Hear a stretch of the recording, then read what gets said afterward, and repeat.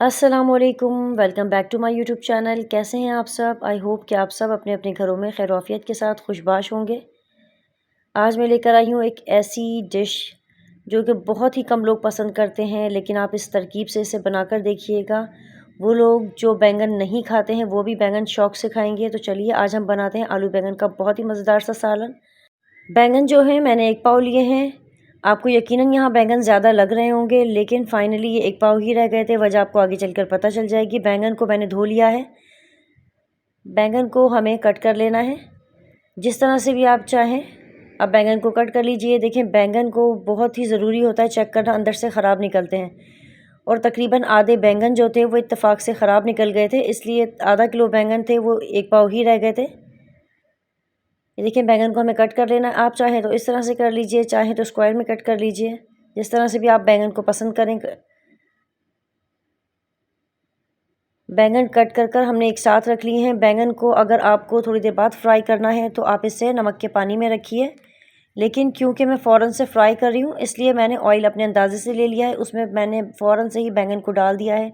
High flame पर 3 से 4 minute के लिए बैंगन को मैं फ्राई कर लूँगी। ये देखिए 3 से 4 मिनट हो गए हैं। बैंगन जो है सॉफ्ट हो गए हैं, अच्छे से गोल्डन कलर आने लगा है।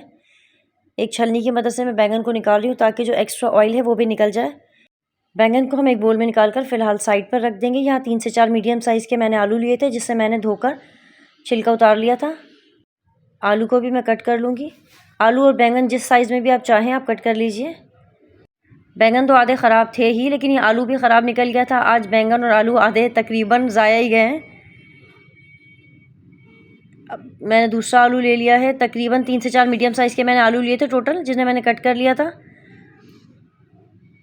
आलू को भी एक बोल में निकाल रही हूँ। अगर आप जल्दी आलू या बैंगन काट लें तो नमक के पानी में रखिए, वरना आलू और बैंगन दोनों चीज़ें ऐसी हैं जो फ़ौरन से ब्लैक हो जाती हैं।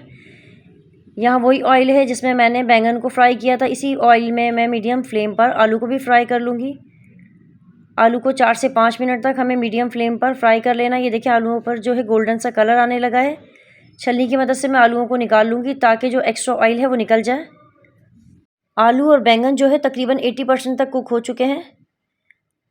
आलू को भी एक बोल में निकाल कर फ़िलहाल मैं साइड पर रख लूँगी। जो ऑयल मैंने फ्राई के लिए यूज़ किया था वो ज़्यादा था, बाकी ऑयल मैंने निकाल लिया। हाफ़ कप ऑयल है, इसमें मैंने 2 मीडियम साइज़ के प्याज है जिसे चॉप कर डाल दिया है।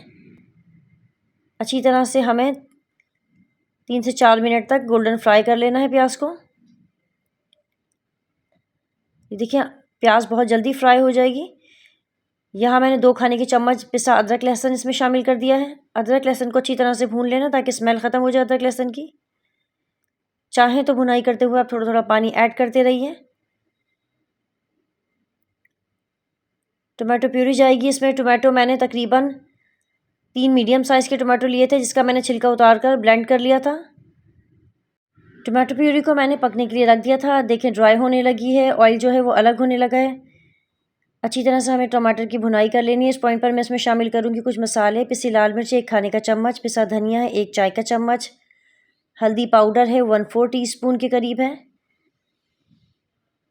यहाँ इसमें जाएगा भुना कुटा ज़ीरा भी 1 चाय का चम्मच, पिसी काली मिर्च है आधा चाय का चम्मच, नमक है 1 चाय का चम्मच। आप अपने टेस्ट के अकॉर्डिंगली कम या ज़्यादा कर सकते हैं। अच्छी तरह से मसालों के साथ हमें टमाटर को भून लेना है। ये आप देख सकते हैं मसाले की जो भुनाई है बहुत ही अच्छी तरह से हो गई है। ऑयल जो है अलग होने लगा है। इस पॉइंट पर जो आलू और बैंगन मैंने फ्राई करके रखे थे वो भी मैं इस मसाले में ही शामिल कर दूँगी।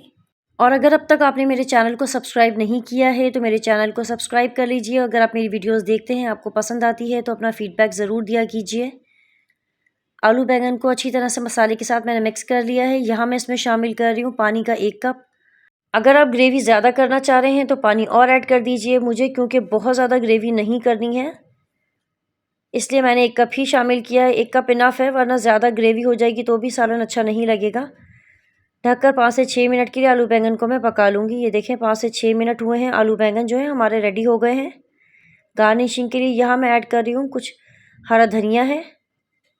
मेरी रिकमेंडेशन पर यह आलू बैंगन आप ज़रूर ट्राई कीजिएगा, आपको वही अथेंटिक टेस्ट मिलेगा जो कि आप ढाबों पर खाते हैं।